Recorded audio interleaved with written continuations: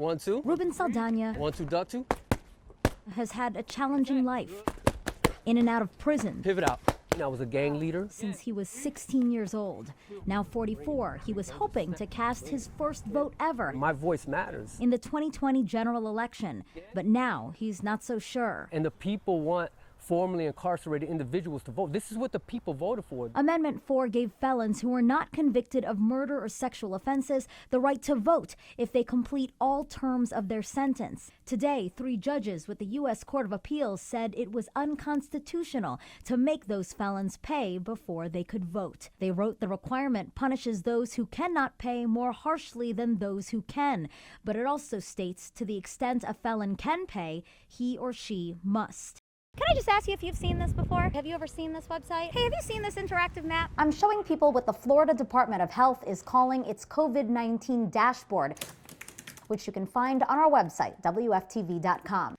On the left side here, you see the total number of cases in our state and how many of them are Florida residents. But what you might not have noticed are these tabs at the bottom of the screen. This is where you can get really specific data about your county, even your zip code. Let's start with the cases by county tab and then go to the side here to select Orange County. Not only can you see the total number of cases, but also how many people needed to be hospitalized at one point, and unfortunately how many people have died. You can also see the breakdown of people's ages. Here in Orange County, most of who tested positive for COVID-19 were younger than 65 years old. Oh no, I didn't know that. So how many of your county's cases are in your own zip code? You can click on this tab to find out. Then you select a county. We'll select Seminole this time, and then you'll see all the zip codes in numerical order down here. If you click on one, this map here will zoom into the area and tell you how many people in that community have COVID-19. The Department of Health says zip code data ideally shows a positive person's residence,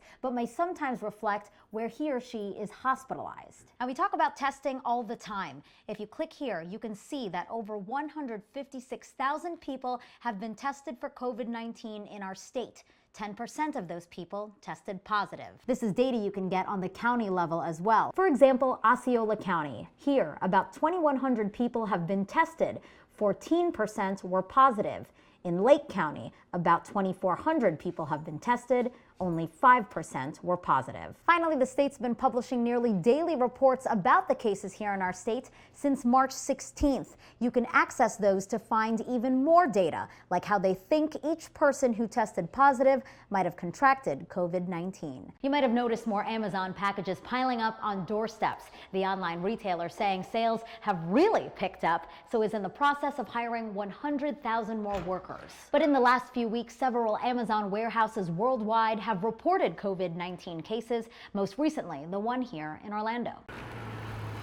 Everywhere you look, a lot of people are not wearing masks. That's despite the CDC last week recommending that everyone wear cloth masks in public because they now know better. Their research shows there are people with COVID-19 who either don't have symptoms or aren't showing symptoms yet who can spread the virus when they talk, cough, or sneeze close to someone. And a recent study by the New England Journal of Medicine shows the virus can remain in the air for up to 3 hours after it's introduced. It's terrifying, you know? I mean, you don't know.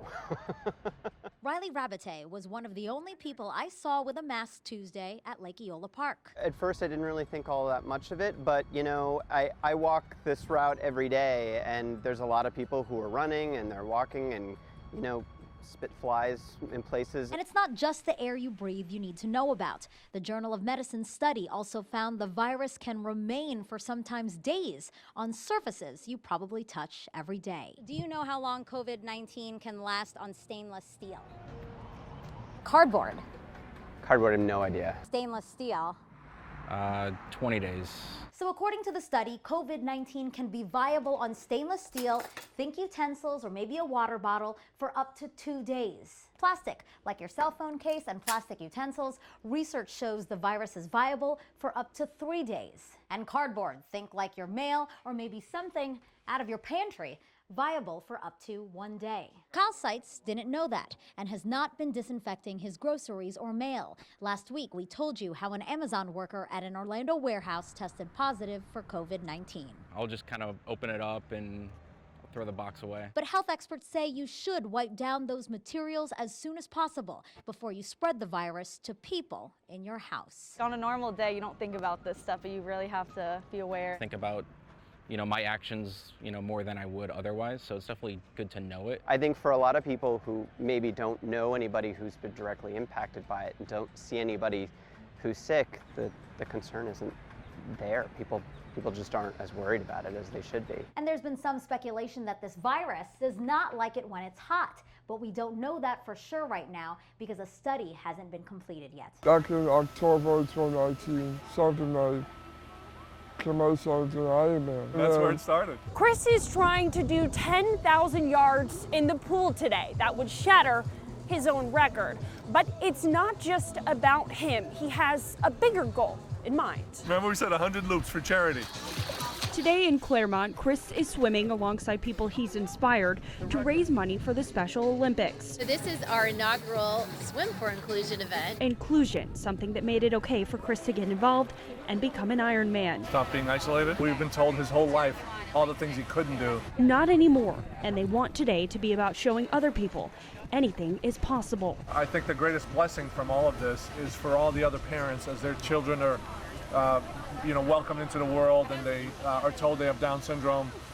They don't have to start believing the rhetoric that their kids can't do anything and their kids are going to live a life of isolation. Reporting in Claremont, Ashley Edlin, Channel 9, Eyewitness News. When you're in the bathroom, wash your hands vigorously with hot soap and water. If that's not possible, of course, something like this, hand sanitizer, is a good idea. And then those areas that we touch, whether it's our desk or a doorknob, again, the wipes come in handy. Wipe down the areas, the surfaces that you touch, again, before entering. But that's not all the CDC is recommending. Let's say there's an elevator in your office, school, or wherever that you frequent. Instead of using your finger to touch the button, a simple touch of the knuckle will do the trick.